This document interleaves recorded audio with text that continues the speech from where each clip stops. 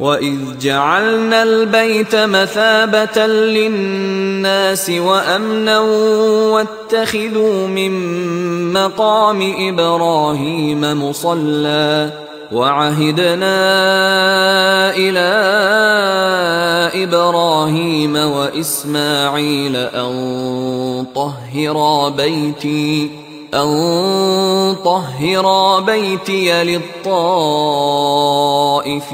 وَالْعَاكِفِينَ وَالرُّكَّعِ السُّجُودِ وَإِذْ جَعَلْنَا الْبَيْتَ مَثَابَةً لِلنَّاسِ وَأَمْنًا، اور یاد کرو جب کہ ہم نے گھر کو، اپنے گھر کو، بیت اللہ کو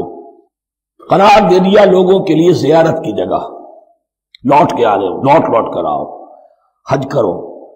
مثابۃ للناس وامنا، اور اسے امن کا گھر قرار دے دیا۔ واتخذوا من مقام ابراہیم مصلی، اور ہم نے حکم دیا کہ مقام ابراہیم کو اپنی جائے نماز بنا لو، نماز پڑھنے کی جگہ بنا لو۔ آج کل تو بعض علماء نے یہ کہا ہے کہ مقام ابراہیم سے مراد کوئی خاص پتھر نہیں ہے، بلکہ اصل میں وہ تو پوری جگہ جو تھی وہ مقام ابراہیم، حضرت ابراہیم وہاں آباد ہوئے تھے۔ لیکن صحیح بات وہی ہے جو ہمارے سلف سے چلی آ رہی ہے، روایات پختہ ہیں اس کے بارے میں کہ یہ جس طریقے سے حجر اسود جنت سے آیا ہے، ایسے ہی یہ بھی ایک پتھر تھا کہ جو جنت سے لایا گیا حضرت ابراہیم کے لیے جب وہ تعمیر کر رہے تھے، کوئی اور ذرائع تو ابھی تھے ہی نہیں،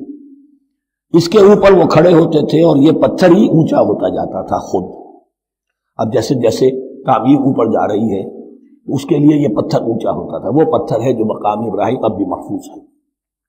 اور وہاں پر پھر طواف کر کے کعبے کا مکمل، پھر اس کے آس پاس جو ہے 2 رکعت جو ہے وہ ادا کی جاتی ہے نماز۔ وَعَهِدْنَا إِلَىٰ إِبْرَاهِيمَ وَإِسْمَاعِيلَ أَن طَهِّرَا بَيْتِيَ لِلطَّائِفِينَ وَالْعَاكِفِينَ وَالرُّكَّعِ السُّجُودِ، اور ہم نے عہد لے لیا تھا ابراہیم اور اسماعیل سے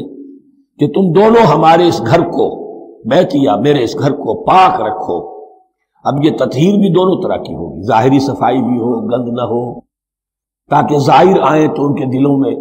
جو کدورت پیدا نہ ہو، کوفت نہ ہو، کھلی فضا ہو، صاف رکھو۔ اور تطہیر باطنی،